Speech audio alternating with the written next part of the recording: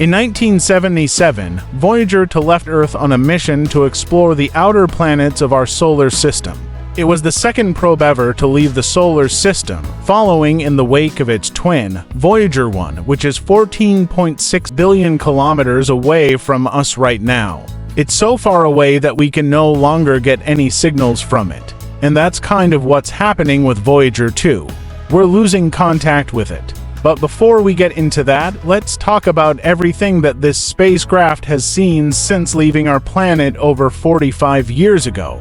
After launching from Cape Canaveral on August 20, 1977, Voyager performed a gravity assist around Jupiter in 1979, allowing it to enter the previously unexplored territory of the outer planets. Over the next decade, it made close passes of every gas giant in the solar system except Saturn, taking incredible photographs and measurements of Neptune, Uranus, and Saturn along the way.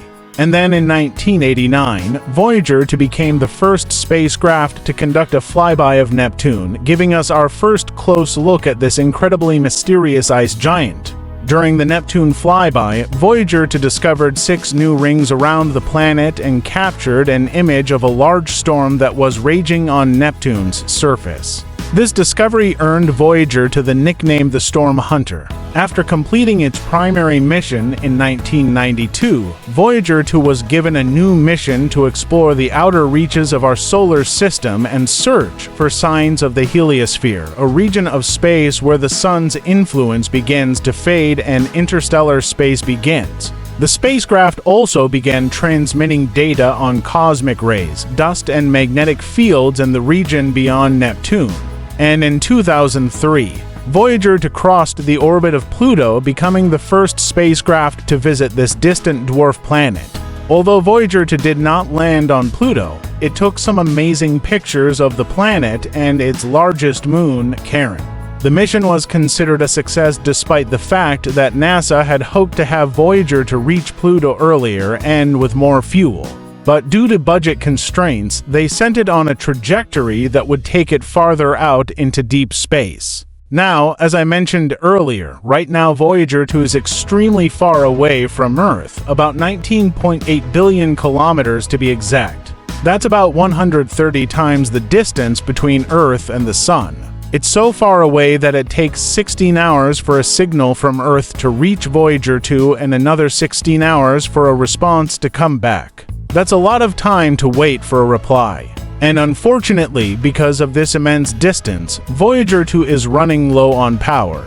Its nuclear batteries are beginning to deplete and its systems are slowly shutting down. As a result, communication with the spacecraft is becoming increasingly difficult. And NASA's Deep Space Network, which is used to communicate with Voyager 2, will be decommissioned in 2025, which means that after that year we will likely lose contact with the spacecraft altogether. But even as Voyager 2's power wanes and our communications with it become more difficult, it continues to transmit data about the interstellar environment, giving scientists valuable insights into the region beyond Neptune.